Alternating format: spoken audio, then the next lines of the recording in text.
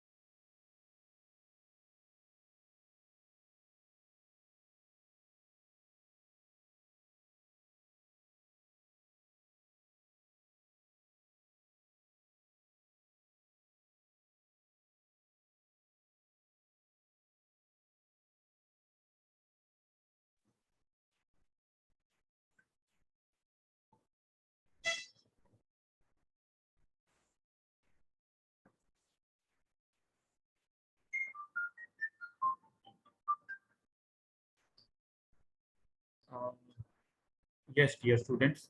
So sorry for the power outbreak. So we continue with the topic we were discussing, that was on electric charge. So as we have said that the electric field travels from positive charges to negative charges. The unit of measurement for electric charges is Coulomb, in honor of the French scientist Charles Coulomb, who who deduced the attraction or repulsion formula for electric charges. So Charles Coulomb was a scientist, and he was the person who was responsible for detection of these electric charges. So in honor of his name, the name of the Coulomb is being given to the unit for the electric charge. So Q, capital Q, is actually the representation for the electric charge, and its units are expressed in coulombs or C. 1 coulomb is the total charge possessed by 6.25 multiplied by 10 power 18.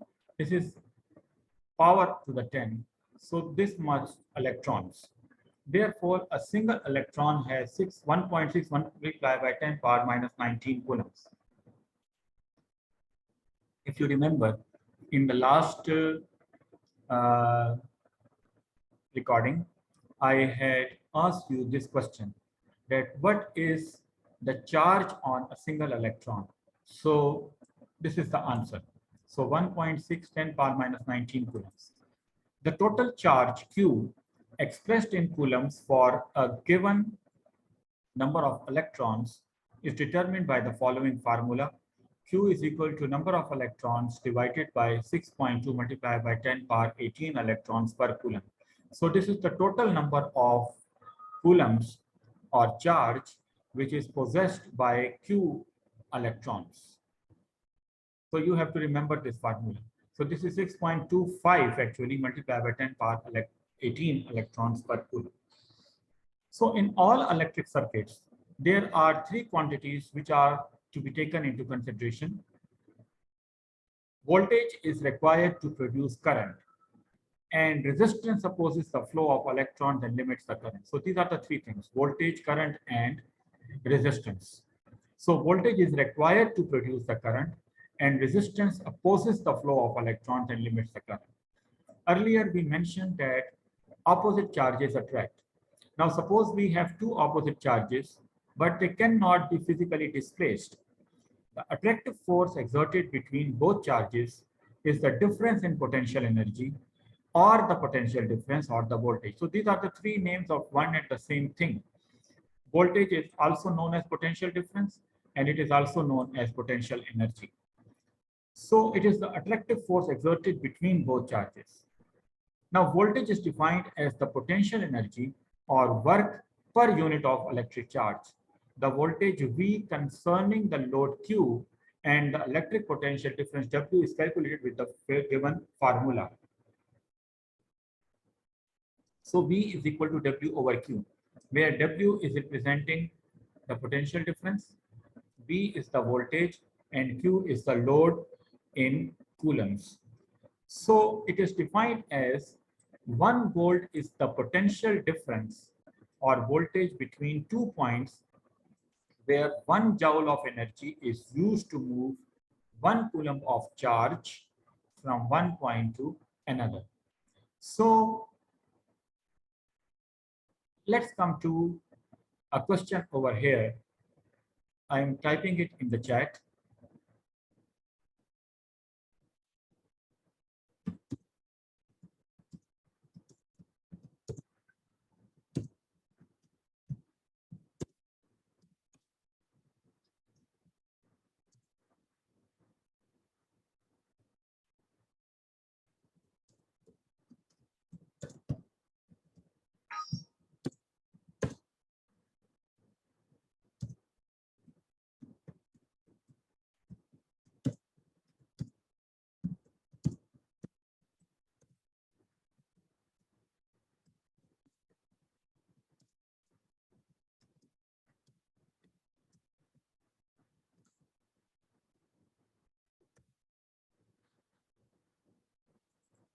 So this is the first open class question. We have seen the formula. If we have a voltage of 24 volts to displace a charge of 5 coulombs, then how much work is done in joules? So using the same formula as we have discussed now, please give answer that how much work to be done in joules if we have a voltage of 24 volts and I want to use this voltage to displace a charge of 5 coulombs. Now, coming back to the definition, 1 volt is the potential difference or voltage between 2 points when 1 joule of energy is used to move 1 coulomb of charge from one point to another. Electric current I is the flow of electrons and it produces work in the electric circuit. If a voltage source is connected to a conductive material, the positive side of the voltage source attracts free electrons while the negative side rejects them. This is the principle of the generation of current, and for it to exist, there must be an element, system, or component between both polarities of the voltage source. The electric current concerning the electric charge Q and the time t is calculated with the following formula: I is equal to Q by T. So here we can see that I represents the electric current, which is actually the unit of time, and the unit of time is the amperes. So here we come to another open source question, and that is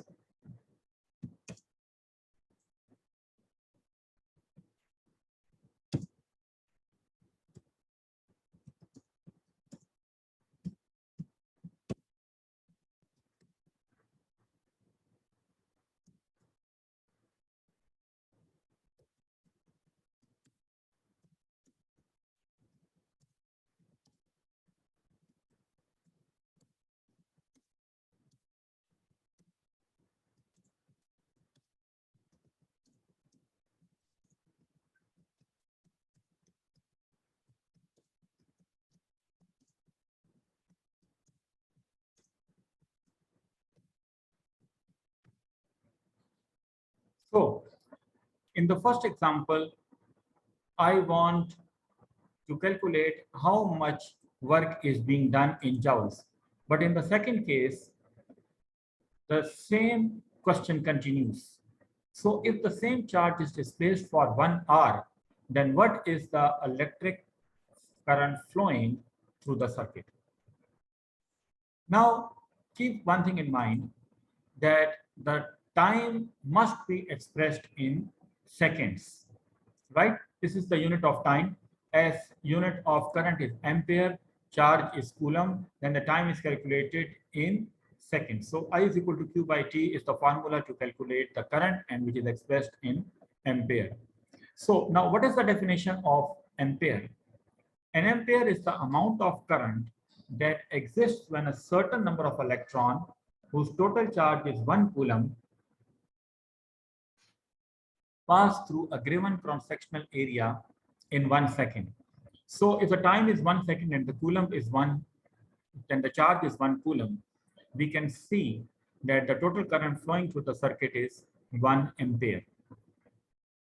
Free and flowing electrons collide with atoms. Collisions reduce its energy and restricts its movement. Now, this is a very interesting concept. We have seen that the electrons come out of the valence shell.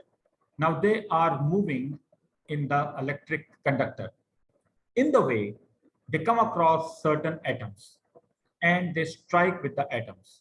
Now the collision occurs. This collision reduces its energy and the movement is restricted. Now different materials cause the flow of electrons to behave differently. The property of materials by which the opposition of electron flow is measured is called the resistance.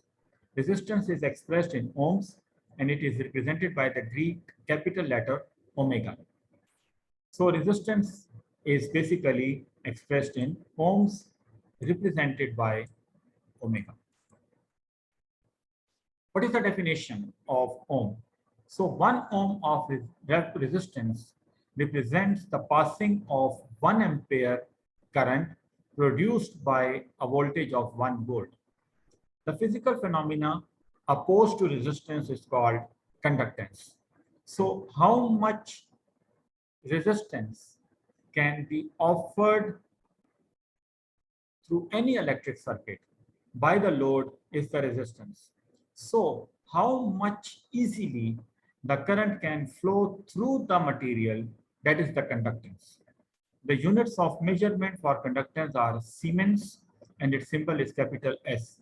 So the electric conductance S as a function of the electrical resistance R is calculated by the formula S is equal to 1 over R or the Siemens. Before going on to the next topic, I will put another question for you people so that you can answer the things one in a go. So let's come to question number 3.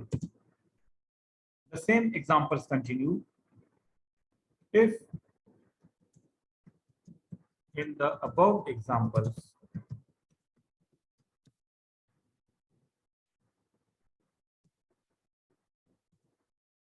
current is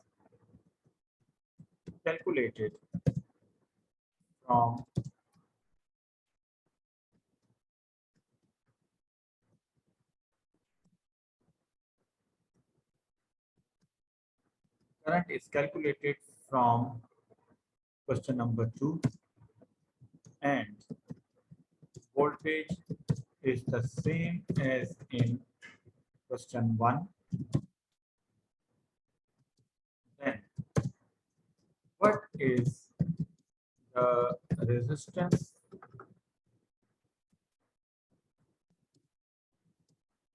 for the given circuitry and what is the conductance of the given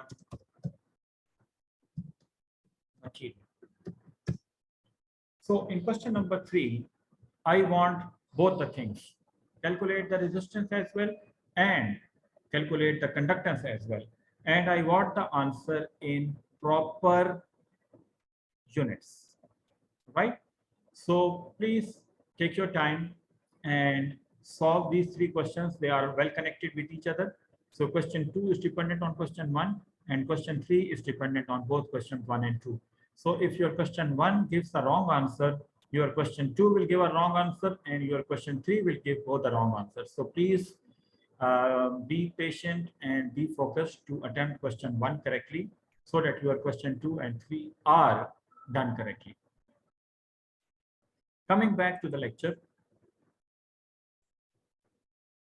So voltage and current sources. We, in the daily life, we have seen many sources, which are, some of them are voltage sources and some of them are current sources. So first of all, we must be aware the difference between the two. A voltage source provides electrical energy or EMF or electromotive force or voltage. Again, the three names are the same. Electric energy, electromotive force, and voltage, these are one and the same thing. There are different methods of generating electric energy, and they use the principles of chemistry, photonics, or magnetism. These methods are complemented with mechanical movement. On the other way, current sources provide a constant current to a load, while ideal voltage sources produce electric energy without undergoing any modification due to the amount of the load. These sources do not exist, but they are close. A short circuit is a load very close to zero that produces an almost infinite current, which would cause the connections used in the circuit to burn out. Now, there are two types of voltage sources, DC and AC. DC stands for the direct current and AC stands for the alternating or variable current. When we talk about the batteries, batteries are the sources of direct current voltage, or they are DC. They are built using electrochemical properties. And batteries, as we normally see in laptops or for the mobile phones, so we are talking about those batteries. So these batteries are actually DC voltage sources. Now there is a great variety of this type of battery, and they are composed of one or more electrochemical cells electrically interconnected. And their basic components are the positive electrode and the negative electrode. The positive electrode has a lack of electrons, whereas the negative electrode means they have too many electrons. So remember, positive, less electrons, negative, more electrons. The electrolyte, which is the medium through which the electrons flow, and a separator that isolates the electrodes. So there is a separator which we use between the electrodes. The materials used and their chemical interactions determine the voltage of the battery. The quantities of materials determine their capacity, and the capacity of one of the cells is equal to the number of electrons obtained from it. Now, this thing is very important. What do you mean by the capacity of the battery?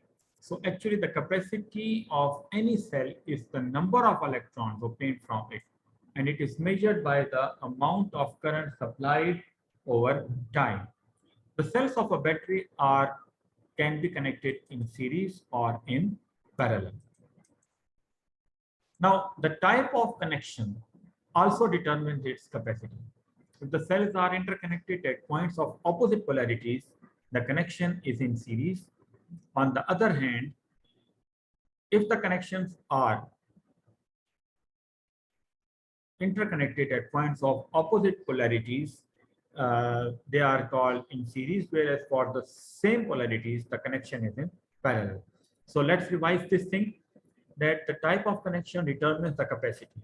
If the cells are interconnected at points of opposite polarities, it becomes a series connection, whereas if the connections are between the same polarities, the connection is in parallel. In parallel, the voltage of the set is the same, but it has a higher capacity. In series, the voltage is the sum of the same and the capacity is not increased.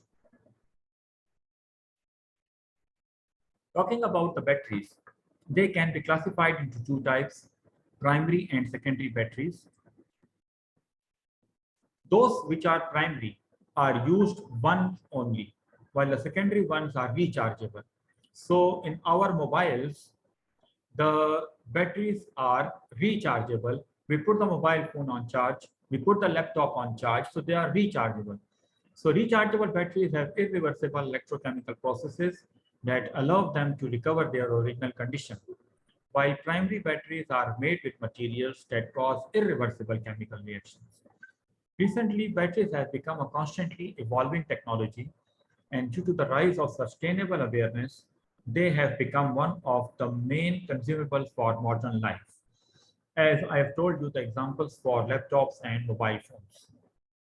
Now, another type of electric energy source is the solar cells. They operate by means of the photoelectric effect, which was explained previously as well. A solar cell can be described as a sandwich. The bottom pan is a positive contact. It is filled with layers of semiconductors in the middle, and the top pan has a negative contact, which is perforated to allow the solar rays to enter and collide with the semiconductor material. Now, basically, this effect is actually called the photoelectric effect. On the other hand, we have voltage generators. Voltage generators are another source of electric current or electric energy. They convert mechanical energy into electrical energy through electromagnetic induction. The stator is the casing of the generator and the rotor is the moving part. Both have a set of magnets that produce electromagnetic fields that generate electricity in the coils of wire that surround them when they come very close. Another way to build an electric power source is by converting the electric power that comes in variable voltage, specifically alternate to direct current. So this is talking about the dams or other sources from where we generate the AC voltages. Now, many sensors are also produce electric energy, but they are not as efficient as those presented above and are only used as sensors. Examples are piezoelectric sensors. They are based on the principle of particle movement to generate electric energy. And an example of sensors of this nature are traditional microphones. Then we have ideal current sources. Ideal current sources supply constant free electron flow at any type of load. Like ideal voltage sources, they don't exist, but they do come close. A current source can be built with a classic active electronic device used to amplify the current, and this device is known as transistor. Transistors are basically used to enhance the electric flow and the current source, which has a response very similar to that of the current source. So it is used. Electric current sources are typically used as secondary battery chargers.